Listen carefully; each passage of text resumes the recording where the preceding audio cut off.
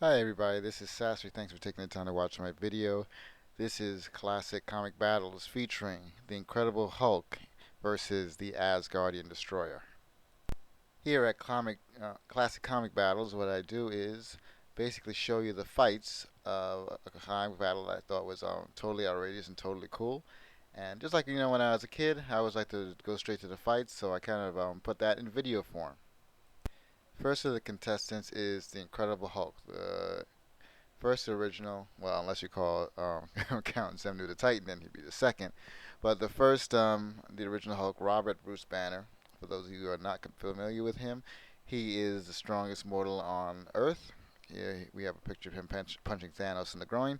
He is class 100 strength. His powers include his outrageous strength, durability, superhuman ability to see spirits, which has nothing to do with his strength. And his biggest asset is that he gets stronger. The madder he gets, the stronger he gets, as they say. And the Hulk is the strongest one there is.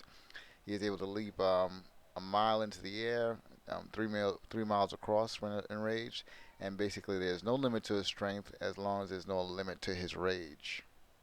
Also, in relation to his anger, is his durability. The angrier he gets, is the harder he gets to hurt.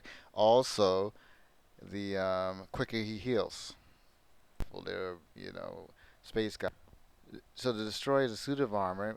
It has no animations. It has no spirit. You cannot put it on. But what it is that if someone touches it, usually someone willing, um, your spirit will be transferred into the destroyer.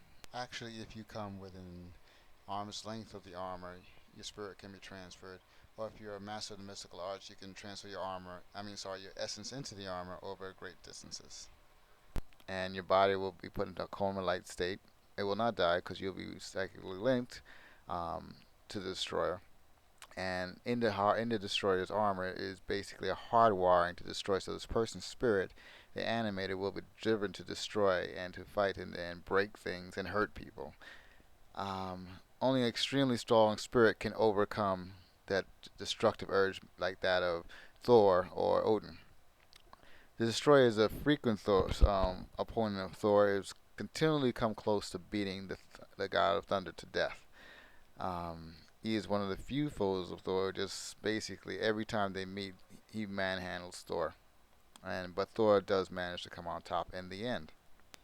Destroyer has the ability to rearrange molecules, transmute elements. Some of the other powers that the Destroyer had, and I'm getting this from the first edition of the Marvel Universe, the dead part, the dead issue. This destroyer projected bolts of unknown energy, forms of energy which could shatter any known substance, including Uru, the Asgardian metal from which Thor's hammer was made. The destroyer could project magnetic energy and flames, which could reach the solar level of heat. We already talked about its ability to transmute elements and atoms and rearrange them. And it could also turn one form of matter into another, or turn liquid into solids and vice versa. As far as the strength level, its strength was never measured, but let's just say it's class 100. And also, its most formidable weapon was the ability to disintegrate anything. The disintegrator basically it works on the bonds that holds molecules together, and when you get hit with this beam, you pretty much get annihilated. What it would do is raise its visor. I would come this beam, and you would go into oblivion. And as we did mention before, the destroyer does have to be animated.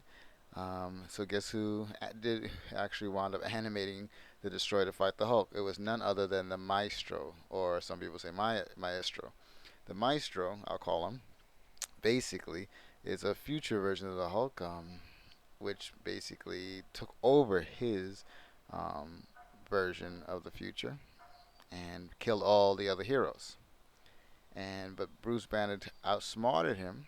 Bruce Banner, the Professor Hulk, rather, by sending him back to the time that the Hulk was created, which is at the time of the Gamma Bomb.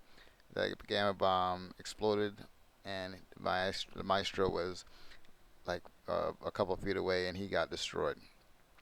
So it seemed. Actually, his skeleton was there and began to get reanimated by certain energies, and he came back to life.